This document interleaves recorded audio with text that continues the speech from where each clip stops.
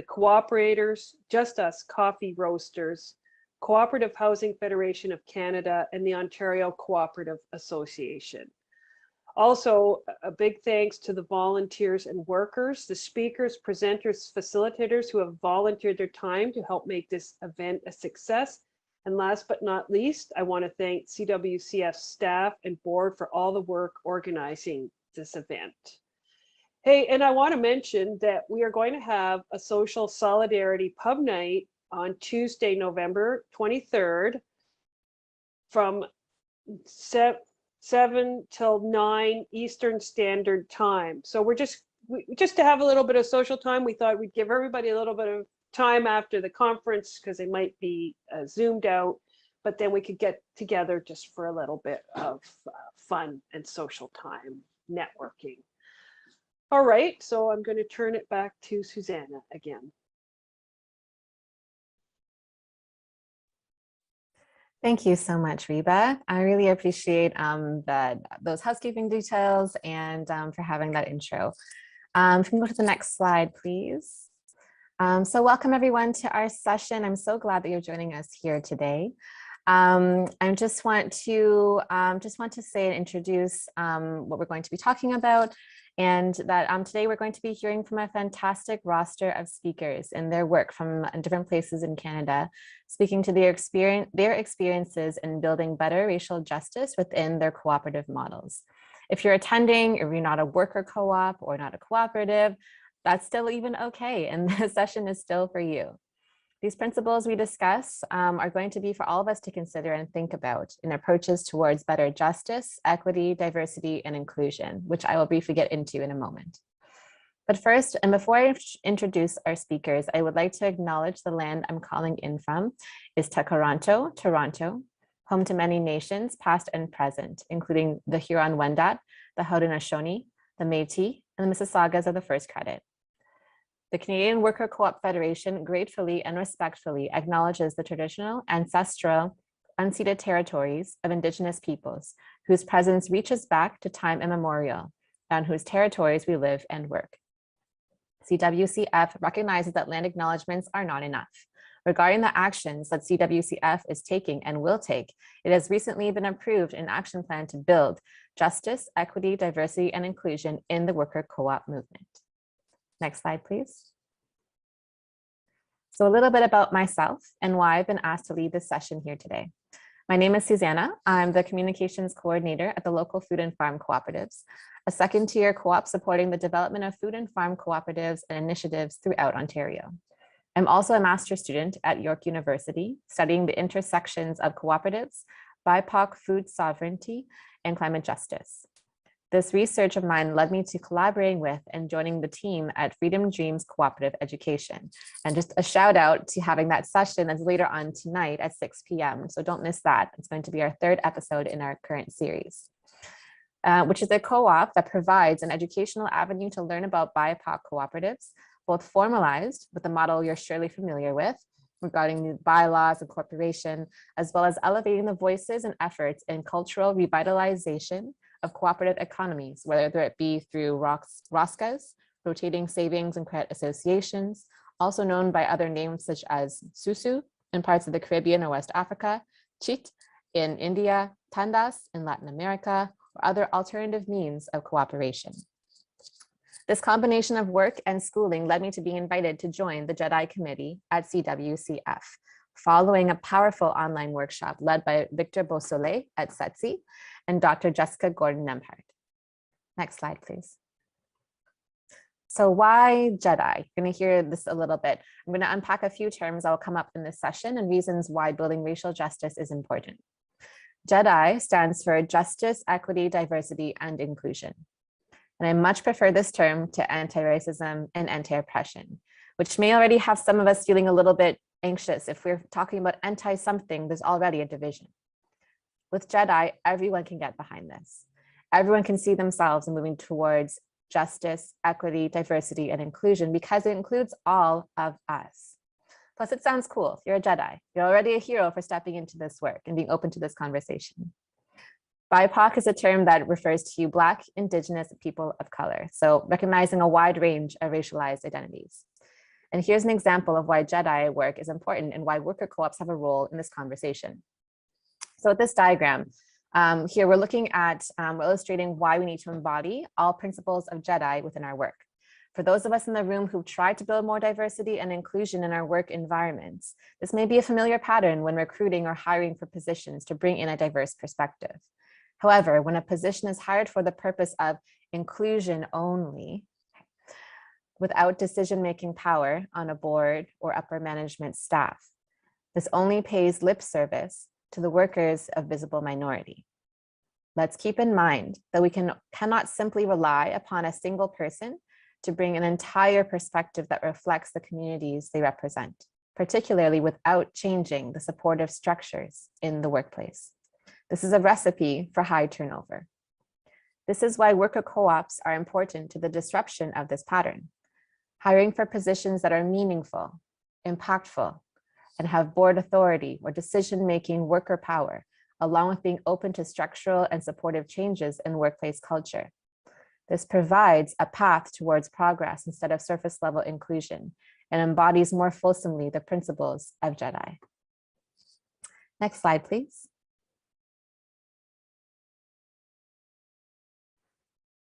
Today, we are pleased to welcome a range of speakers who will touch on their experiences relating to these concepts of justice, equity, diversity, and inclusion. So first, we're going to have Reba Plummer speak, who just introduced us a little bit ago. Reba lives in Toronto and is the CWCF Ontario Region Director. She has worked at Urbane Cyclist Cooperative since 2000. She completed the Co-op Management Certificate through Ontario Co-op Association at the Schulich School of Business in April of 2010. She's been a member of the Toronto cycling community since the mid-1980s and was the 1999 and 2008 Cycle Messenger World Champion, Cargo Bike Racing Division. In 2002, she worked as a mechanic teacher with Open Roads, the funded version of what became the popular volunteer run Wenches with Wrenches. She joined the CWCF board in 2010 and was elected president in November 2016. Lucenia Ortiz currently serves on the board of directors for the Multicultural Health Brokers, MCHB Cooperative, since 2020. From her experience as a newcomer in the Philippines in 1994, she developed a passion and commitment to work with culturally diverse communities and creating opportunities to support their advancement in the new homeland. She served for almost a decade as co-executive director of MCHB Co-op, where she was involved in numerous initiatives to promote the health and well-being of immigrants and refugees in the city. Lucenia holds a PhD in human ecology at the University of Alberta, where she researched the multicultural health brokering practice and how this aligns with the values and principles of worker cooperatives. Next, we have Wunmi Akinlosutu. Wunmi is the CEO and founder of Blooming Ladies Global. She has a passion for empowering women through entrepreneurship.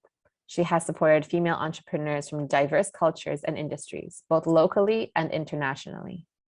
She has a wealth of experience working in startups for profit, nonprofits, and now cooperatives. She has a bachelor's degree in management and accounting and a master's in business administration, as well as certifications in professional coaching and neuro-linguistic programming.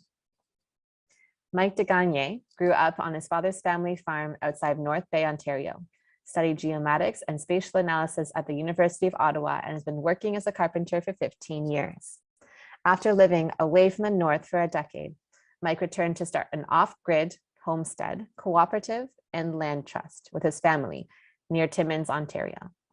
The Black River Worker Co-op, a not-for-profit with the aim of protecting and preserving agricultural land in the North to make it accessible for young families who would otherwise not have access, is a homestead farm that thrives using the principles of permaculture, social enterprises, equality, and fairness.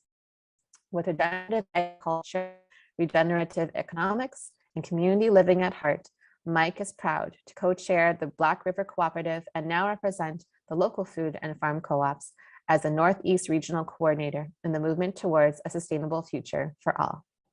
I'm so excited to hear from all our speakers today.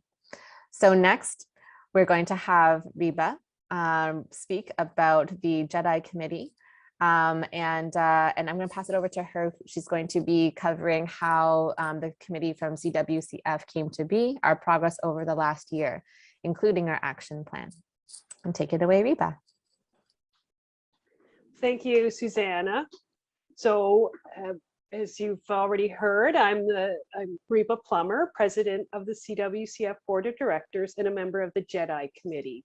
It's my pleasure today to introduce the CWCF Justice, Equity, Diversity, and Inclusion, the JEDI committee, and give you some insights on how and why it was formed and present the CWCF Racial Justice Action Plan and some of our results so far. So how did the committee get started? After our successful 2020 AGM keynote speaker, Dr. Jessica Gordon M. Hart, inspired us with her talk on diversity and inclusion aren't enough, practical tools for worker co-ops and the worker co-op movement, we formed the JEDI committee. As our board and staff are not BIPOC, we considered ways to get other voices on the committee. In April, we hosted a workshop and invited as many BIPOC folks and allies as possible. From this workshop, we were able to expand the composition of the JEDI committee and create an action plan. So right now, I'd like to introduce the JEDI committee.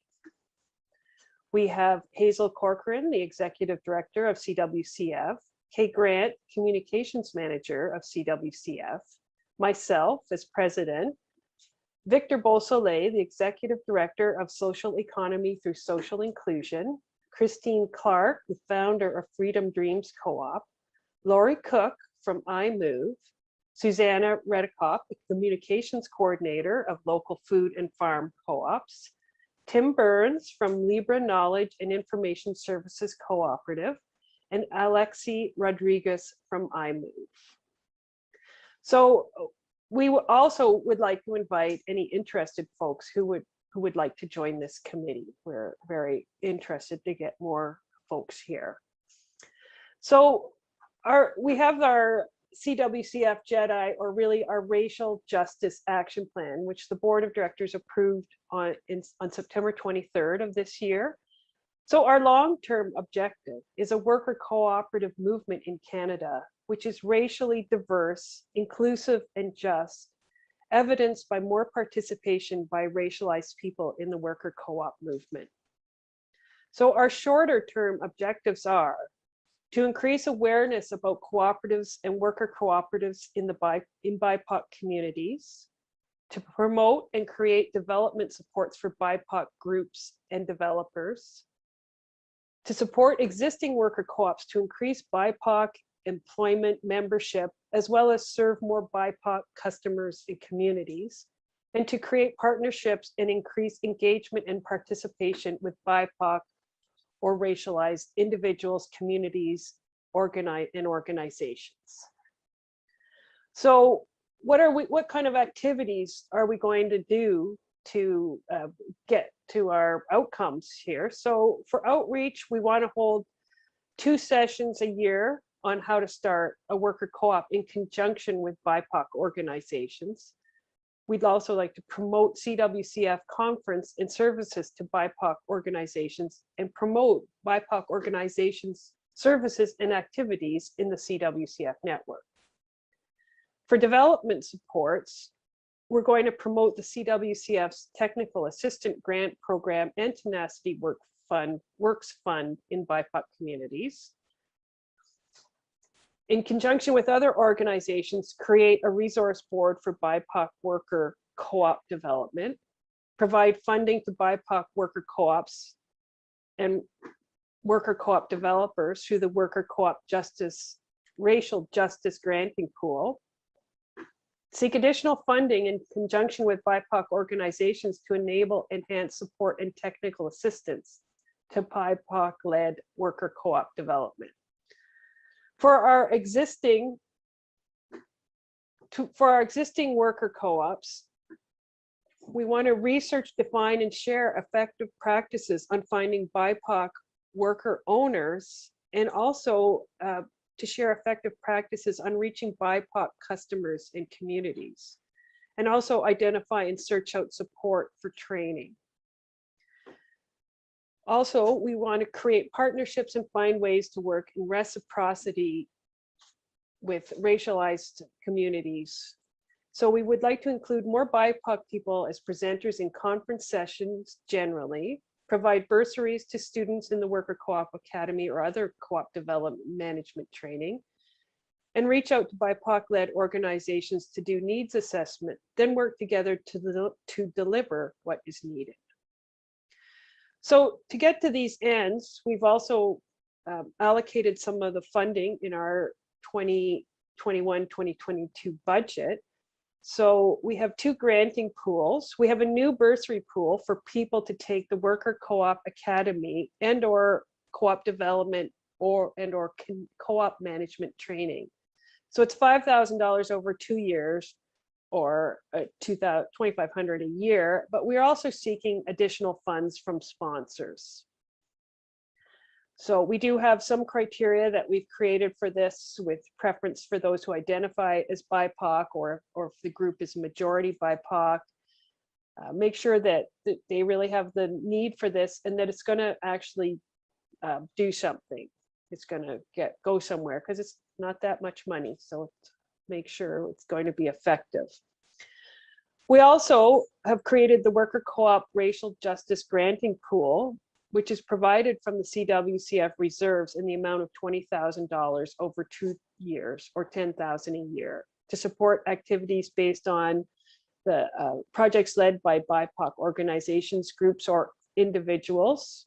Projects that support worker co-op promotion, education, or development.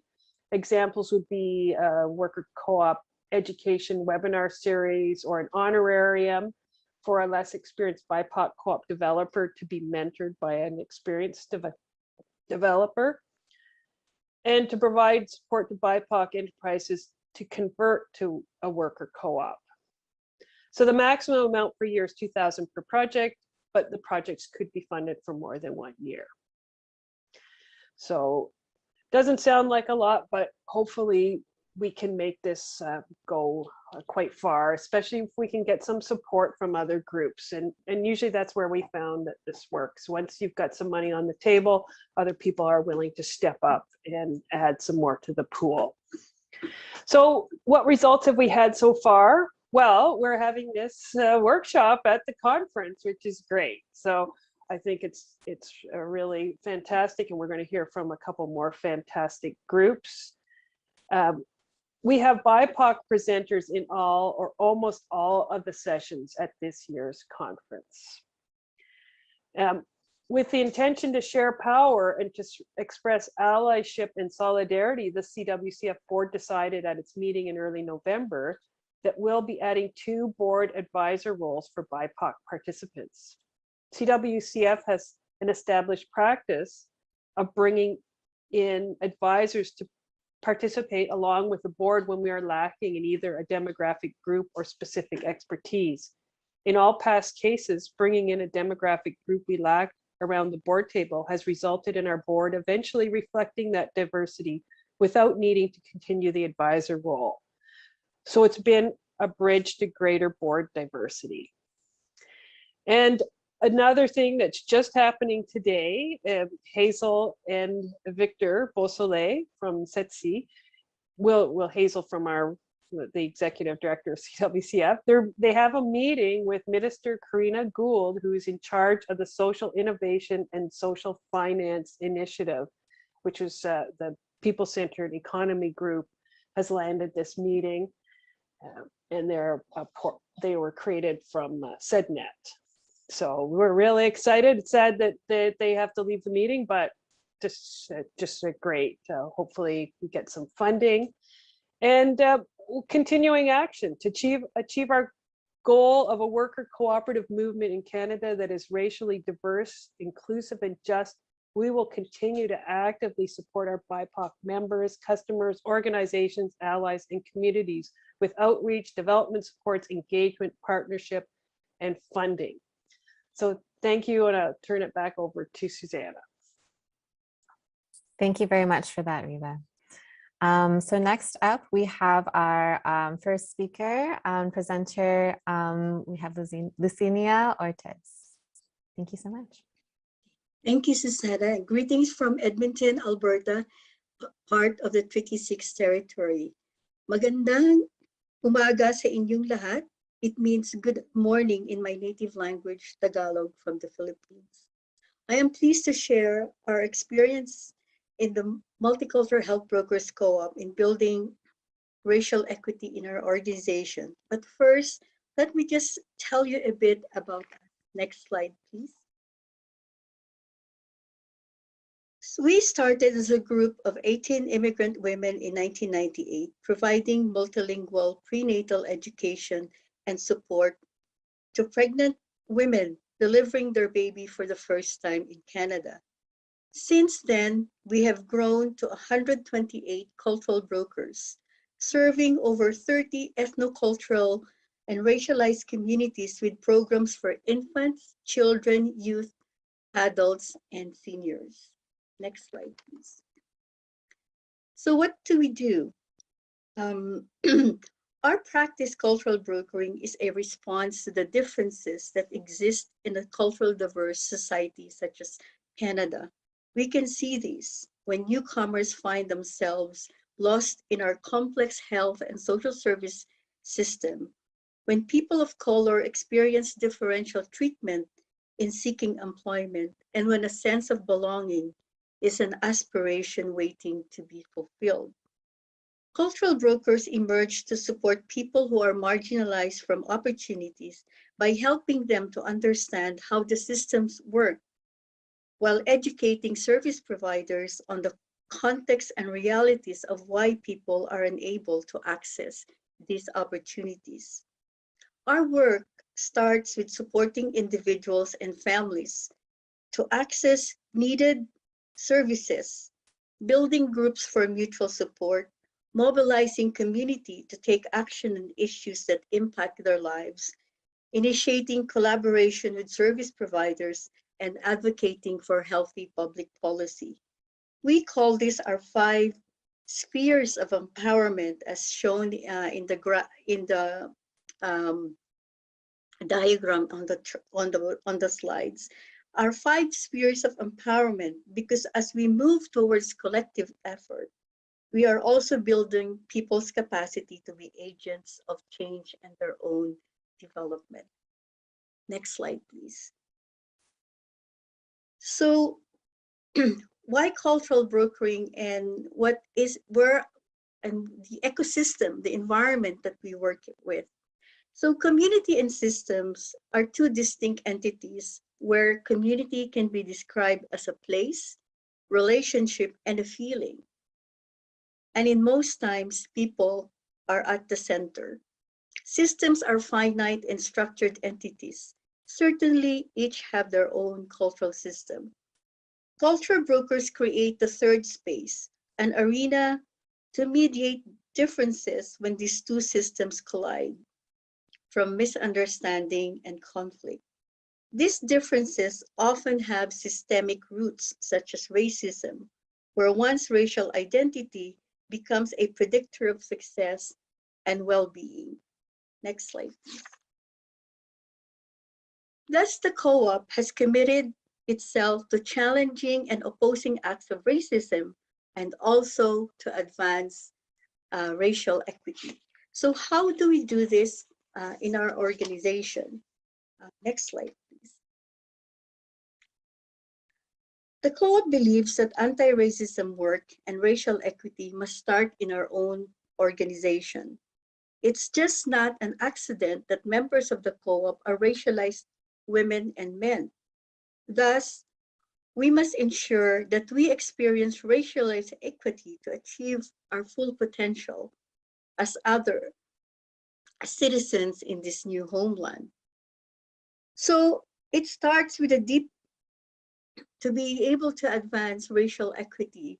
The co-op believes that this starts with a deep understanding of the context and realities of our lived experience, and more so of our communities. Next slide, please. So the context of and realities of our community has three key areas which we hope to focus our own analysis of of the issues and challenges that we face. So people migrate to find a better life that is not accessible in our own homeland because we were impoverished by our colonizers. Then we are further disheartened upon arrival in Canada with experiences of unequal treatment that can persist over time. As you can see, most of us come from colonized nations, and we also experience trauma. And when we arrive, we are disheartened when our prior skills and credentials are not recognized, and we experience discrimination in employment, housing, and education. I think that this is a well-known fact, and we don't need to have statistics and figures to support this. But you know, these inequities upon arrival really persist on a long-term basis. So our challenges to long-term inclusion and a sense of belonging. For example, it takes us 10 years before we actually earn as much as, you know, as Canadians. So can you imagine having to struggle for 10 years or so? But having said this, we also come with tremendous cultural wealth, as visualized in the diagram. Dr. Tara Yuso's concept of community cultural wealth brings to light a potent cultural resource that has been overlooked and ignored in the discourse of immigrants' contribution to local economies. As you can see, there are 6 of these, but I will only speak about one because it is relevant to our discussion of racial equity. And this is what we call resistance capital. Many immigrants who come to Canada possess this resistance capital that has been largely unacknowledged and unrecognized. Our experience of colonization have left us a historical legacy of engaging in social justice and equity. Our experience of securing equal rights and freedom, tackling challenging conditions in the midst of scarcity, and believing in the collective power of people are potent capacities in the fight against racism and journey towards racial equity. Many of us who have come here have been activists in our home country who fought for freedom and democracy. And so in our own experience, sometimes this resistance capital as part of our cultural wealth have not been fully harnessed. So at the co-op, we have decided that we want to discover this cultural wealth and harness this as we advance towards racial equity. So how do we do this in our organization? Next slide, please. So it starts, of course, with recruitment and hiring of cultural brokers. We begin by bringing cultural brokers into the co-op who are imbued with the most essential set of capacities needed to work in the third space of mediation and catalyzing change. The lived experience and essential skills are valuable to enable potential cultural brokers to navigate difficult issues and find a more equitable resolution. So how do we find them in the community? We use a range of approaches from the standard job posting in our website to the use of ethnic media to advertise these job postings. We connect with community leaders and we encourage referrals from community networks and partners. Our interviews are conversations over tea and coffee, ensuring that it is a safe place for applicants who may be sharing painful stories. We have cultural brokers who are available to provide language interpretation when applicants find it difficult to explain complex ideas and experience in English. We are mindful of cultural ways of communication, and we also provide questions we might ask beforehand so that applicants can be prepared. So in the recruitment and hiring process, we try as much as possible to reduce and even remove barriers that that applicants might experience in the recruitment and hiring process. Next slide, please. So once our cultural brokers are hired, they go through an orientation and training.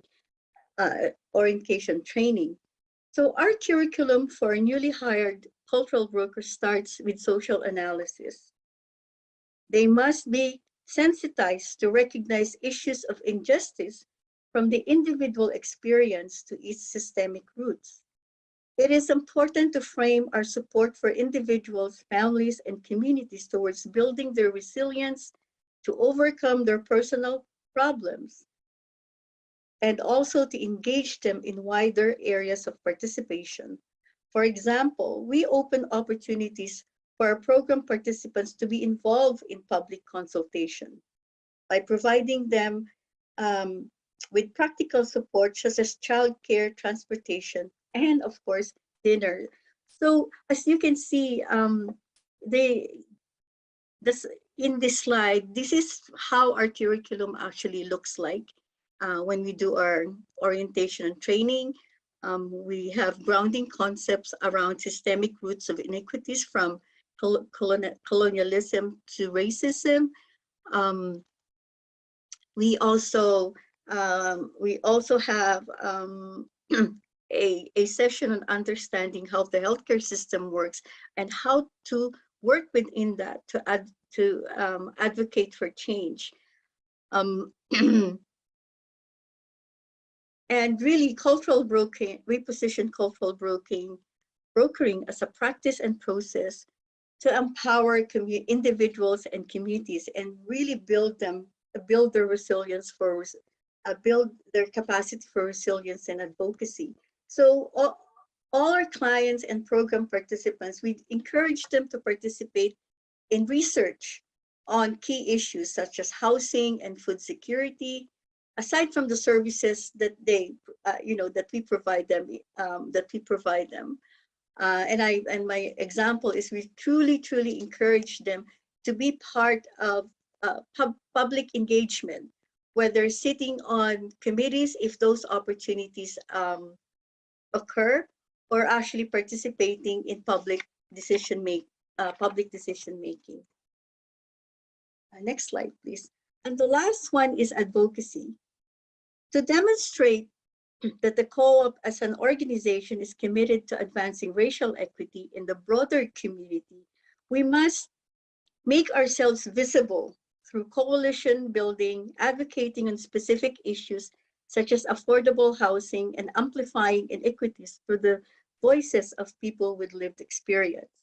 The cooperative values and principles and its democratic governance structure has allowed the multicultural brokers to be brave and transformative in its work at the level of individual support and at a broader platform for systems change.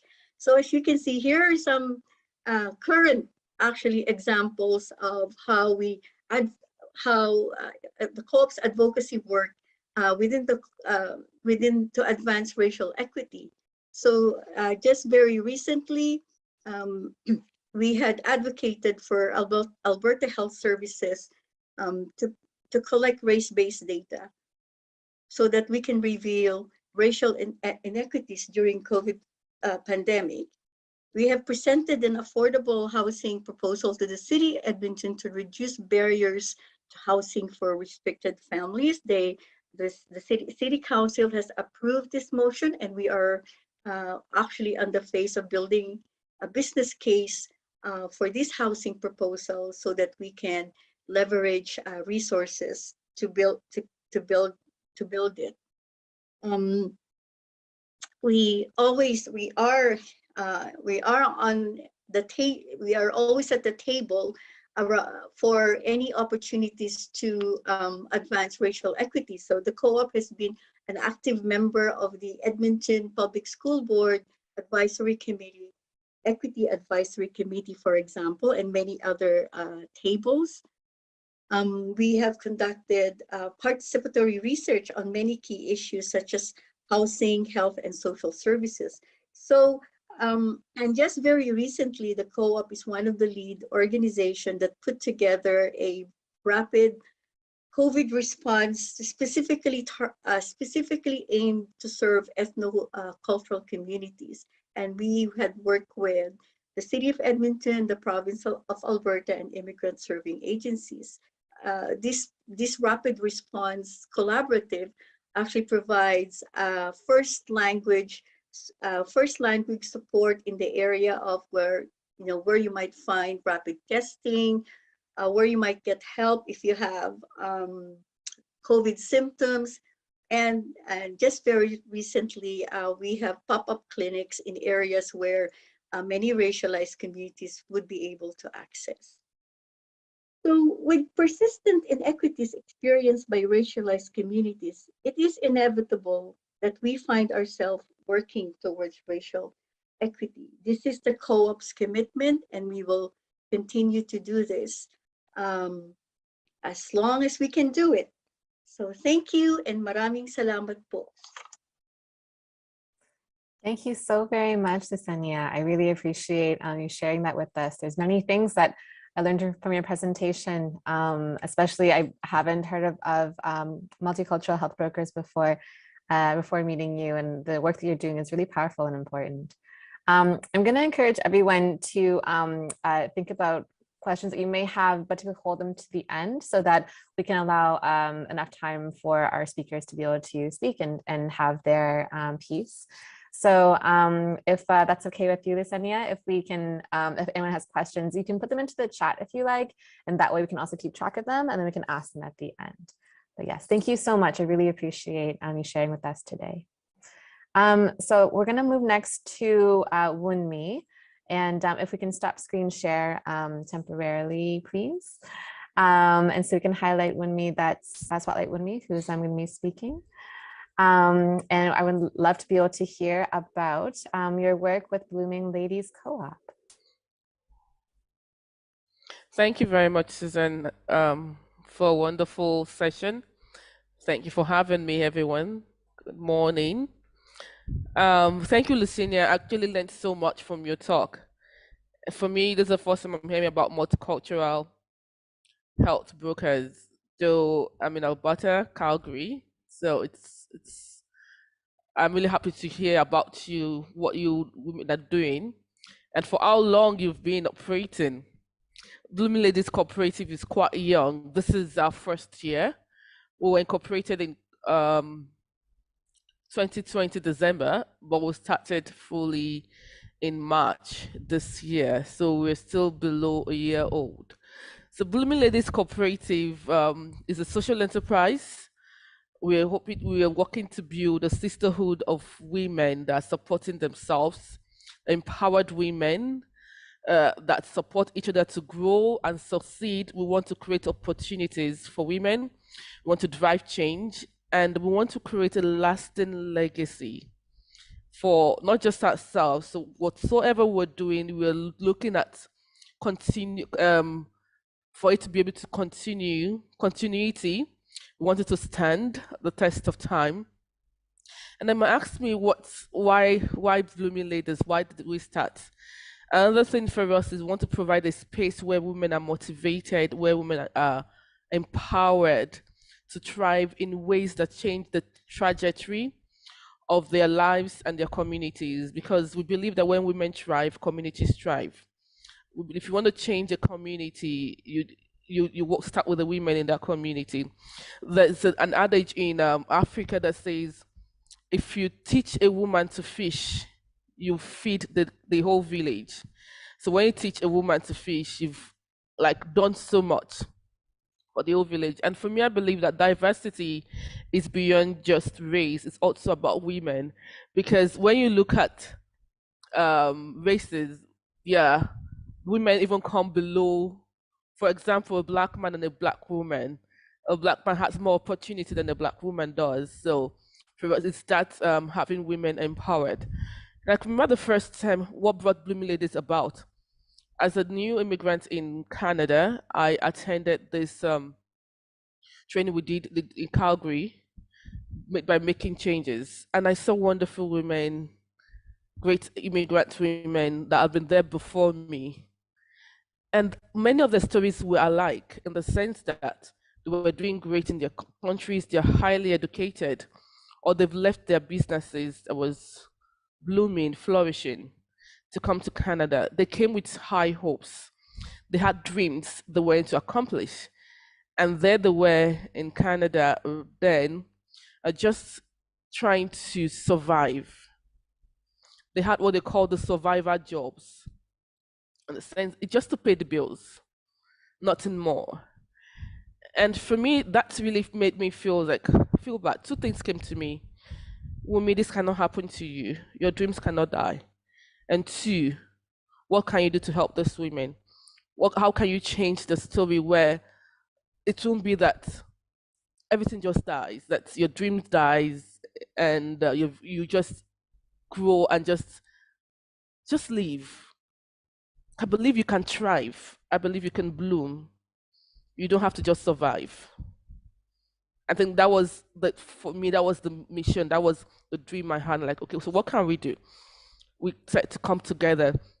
And at first it was a solopreneur just trying to do events, just do events for women. We'll have different speakers. Because another thing is when you see somebody like you doing what you want to do, it's as a way of inspiring you to do more. So like having a model that you can see and to become more like.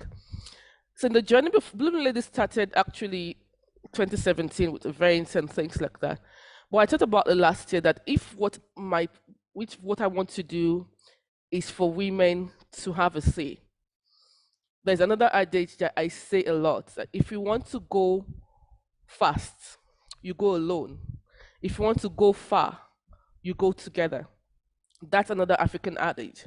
If you want to go together, what's the best business model that you can incorporate that will go with that belief that I had?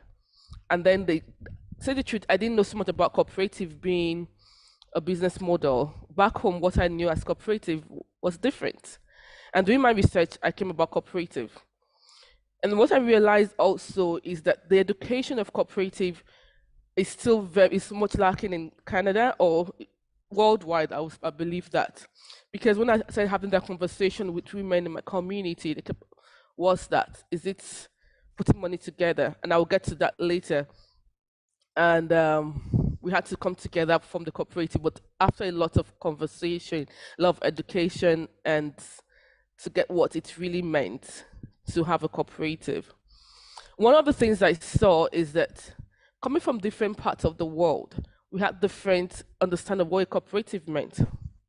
For people back home, and I'm from Nigeria originally, and we have different tribes and different languages. From where I come from, we call Ajo. Other places in Nigeria call it Osusu. Susu, the different ways, different names being called in West Africa and other parts of the world. And that's what some people know as cooperative, bringing money together and then doing things collectively, either buying a land or buying anything collectively. But then also another type of cooperative where we put money together, all right, but the time value of money is being put into consideration. So we have bigger cooperatives that they're not credit union. They're also still maybe a bigger Osusu or Ajo, you call it, where maybe it could be people from the same office, the same company, put money together. They you can now borrow from that money at a percentage. when you pay back, the profit is shared with all members. Also, you could still buy land, you could still buy cars, you could buy different things. So now it's a business model, not just you putting your money together and then sharing it without any interest. This now becomes a viable business for other people. With the fact that we have different forms of cooperative in different parts of the world, and the informal cooperative, I read about the banker ladies in Canada and different parts of part of the world. I believe one of the things that we can do for inclusion is for Canada to be able to recognize these informal cooperatives, because the truth that they exist. But how can we empower these women to do more? How can we how can we give them more power, more capability to do more with their osusu or whatever is being called, to make sure that their community is being empowered? They are being empowered. They know that they can do more, because you can see that a lot of these groups are women. This shows the resilience of women in every community, in every country, in every tribe, in every race. Those women are so focused on taking care of not just themselves. Many times these women are thinking about their children, about the children's welfare, about their family's welfare. Many of these women, they've left their careers or the businesses to focus on taking care of the family. So these women are already resilient, they're already doing things on their own. To talk about inclusion and diversity, it's giving them the power and acknowledging what they're doing and see how can we improve what they have. Not change what they have, not bring other ideas, but listen to what they have and see, okay, how can it be improved? Because we already have a lot of informal cooperatives in different communities in Canada. And for us to say really diversity and inclusion, it's beyond just saying, okay, come to workers cooperative, which is wonderful. But we need to listen. We need to listen to the women I'm talking about women because I'm a women's cooperative, and I believe women is also part of being diverse, and the diversity we're talking about, the inclusion. Listen to the women in the community, and they know so much. We know so much. In every tribe, I keep saying that in every race you go to, the women in the community, they might know more than you think they know. They know so much, and they can actually give a lot of insight into what we can do. And then the fact that Canada can tap into the wealth of knowledge of these women and cause things, the cooperative community, to grow beyond what they are right now. And talking about education, how can we take this education to the BIPOC community? What is cooperative? What is in it for you? How can we use it to build our communities and to build ourselves? We need to increase the awareness and the support available. I'm so happy when Reba was talking about the different things that so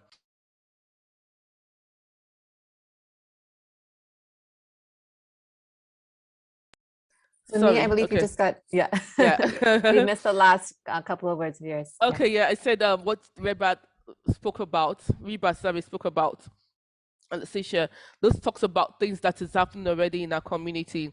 But then can we increase the volume? More like, can we amplify the voice of this, what we are doing in this room, for example, this virtual room, for example? Let the world know, let people know that this is available. Because I believe some people might have different business ideas and want to do it together with people, but they don't even know how to go about it. There are a lot of BIPOC owned businesses that either the owners want to sell, or they want to retire, or anything, and they don't know how to go ahead. So it's just creating the awareness and the education in BIPOC communities, for people to know this is there. It is possible. Because I know that we still face that challenge right now in Blooming Ladies Cooperative, to get people to know this is a cooperative. This is not just an ordinary business. So we need your input. That education is key. That awareness is key. Recognizing and embracing the different systems already in in play in Canada and embracing it, supporting them, creating laws to formalize many or some of these informal cooperatives instead of keeping them informal, because I believe there's so much wealth, there's so much capability and things that can be done with these informal cooperative systems. I call them the hidden cooperative system in Canada. They're hidden, but then they're doing things. So imagine the small group of women being empowered to do more and taking this idea just from one community to other communities. Imagine the ripple effect of just having one drop of water becoming a mighty ocean, because each person's drop is being added to that water to make it a mighty ocean. Can we learn from the method? Can we learn from what is already being done? What can we add to it?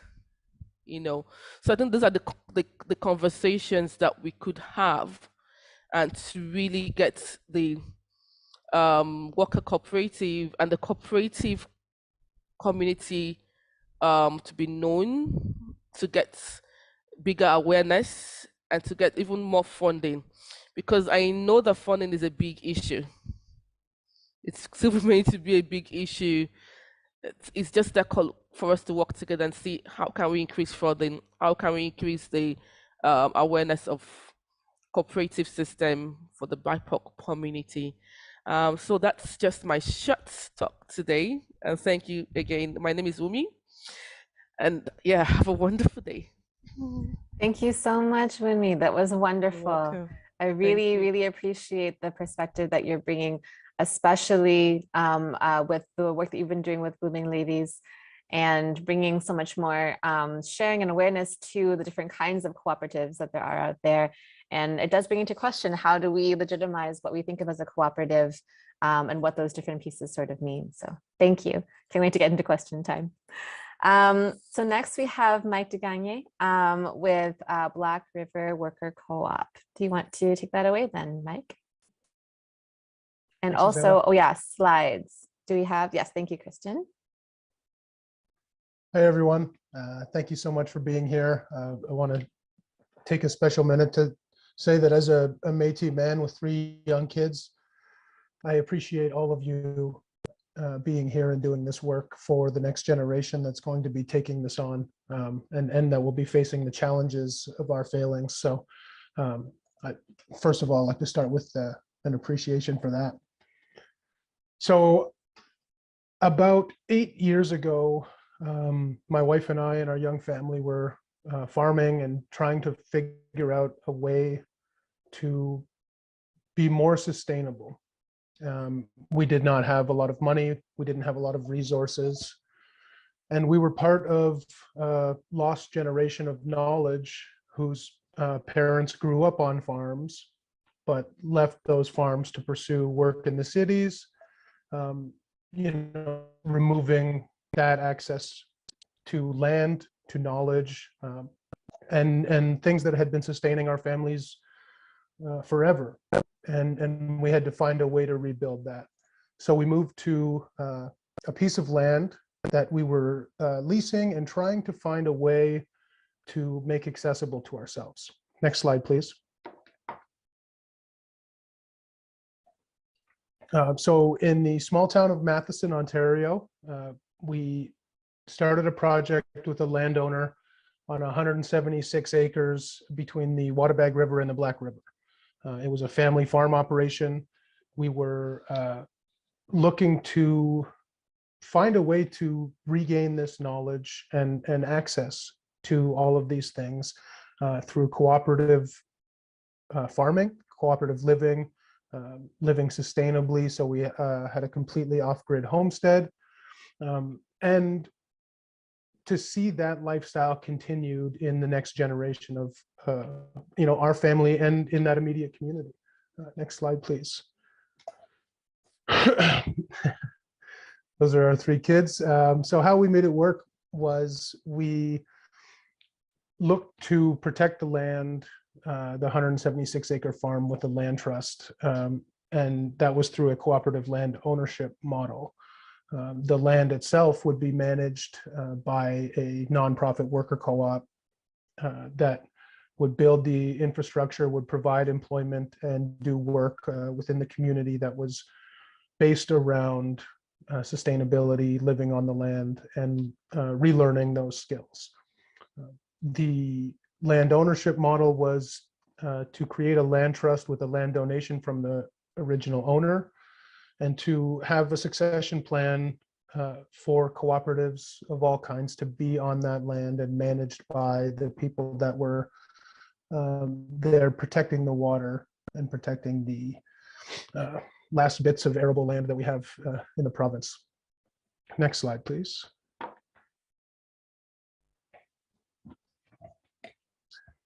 Couple of pictures from the farm. So the cooperative itself focused on food security initiatives, educating especially youth and marginalized communities who didn't have access to these these resources. We did some cooperative modeling, and a lot of our work started looking into how to make this lifestyle accessible to everybody, because we didn't have access to it, for financial reasons, for socioeconomic reasons. All different things had excluded us from having this access. And one of the big things that came up about sustainability was that it applies, to your business, it applies to our lifestyle, it applies to everything around us. And so we tried to incorporate regenerative agriculture, but not just agriculture, regenerative living in every aspect of our lives.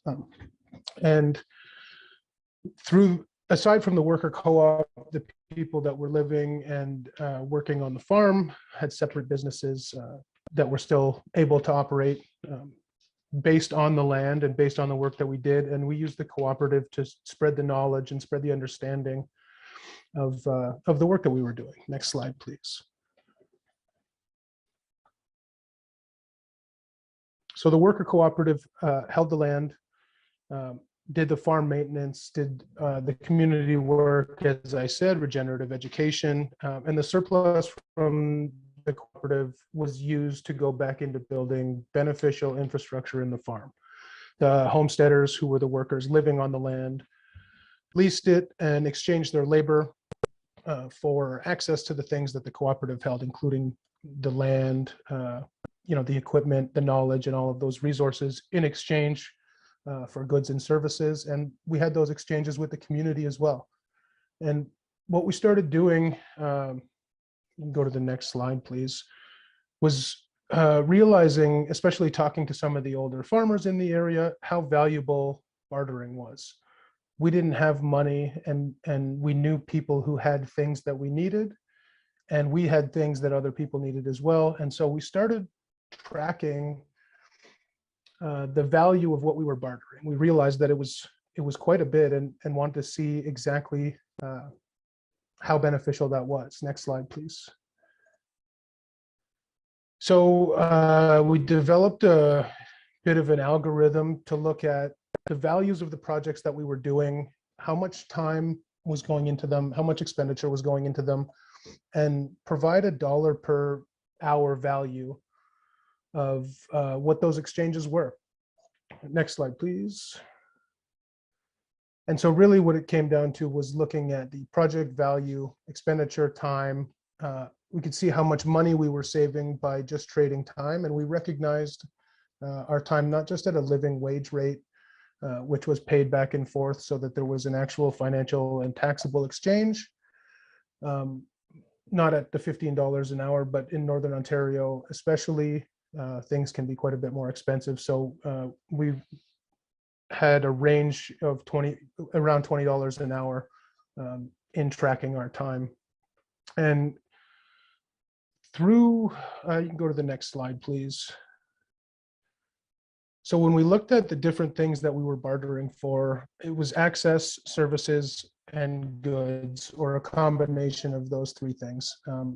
And aside from one small anomaly that you'll see between services and goods, where we received quite a large donation of time from some friends, access was by far the most valuable thing we had.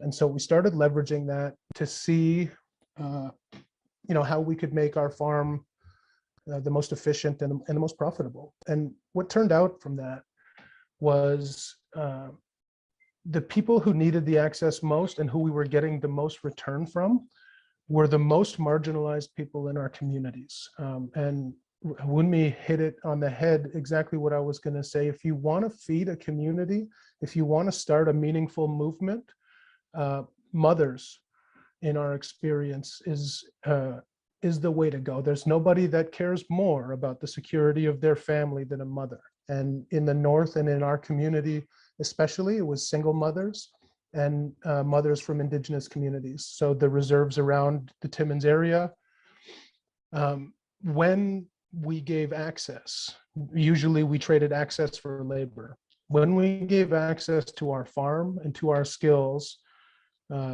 to people in those communities, not only did we provide we got the labor and we got the value of the work that they were doing, but the effects that it had within those communities are now the basis of another cooperative that we're building that is teaching, in this case, Indigenous women to live and build on their treaty land and accessing those lands and accessing those areas. And so through what initially wasn't, wouldn't fall under JEDI work. Our intention wasn't to be more inclusive. Our intention was to protect the land and water around us. And in doing that, we sought out some regenerative economics, putting out more than we were getting back in to make our business more efficient. And what it ended up doing was giving us a committed, dedicated, passionate membership of people that we were working with in our network who fed into and continue to feed into our business in a way that is immeasurable. We couldn't track the spillover benefit that it's had on our family, on our business, and on our personal lives. And when you get out of, for our business, when we got out of looking at value as a dollars and cents thing and started looking at it as a human thing and trying to quantify value in people, real value, not just financial value, we opened the doors to, unintentionally, to the most marginalized communities, our own communities as well, and have been flourishing because of it ever since, and have been directing the majority of our work at the Black River Co-op and soon to be renamed other co-op that is the most meaningful work that we've ever done, and it's the most successful work we've ever done at the same time. Justice, inclusion, diversity, and equality is the best business model for us, and it's the best business model for our community. Yeah, that's our story.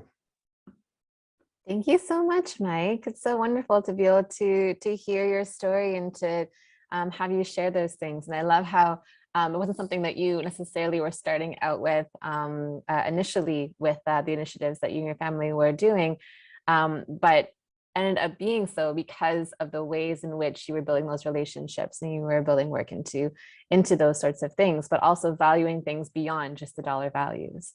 I think it's also interesting looking at comparing those different things that you have on the chart there and looking at, what labor and access and all those things, quantify as. So I think that quite often we think about, we volunteer for something or we, offer our skills in something and our services, and to think about all people have something to be able to contribute. And it's really great to be able to find a way to be able to demonstrate that.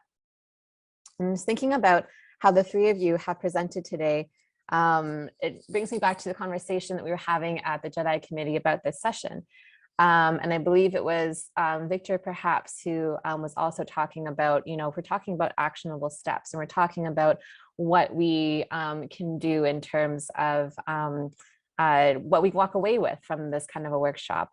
And who's really emphasizing things about sharing relationships, sharing power, and sharing capital. And I think the three of you today really exhibited that a lot. in what you were talking about in your initiatives. We're talking about the powers of having this decision-making power, of having involvement and empowering each other with the work that we're doing, especially with things like Blooming Ladies. And we're talking about sharing relationships, like you're talking about, Mike, with being able to bring that community to a different place. And now those things have that ripple effect, right?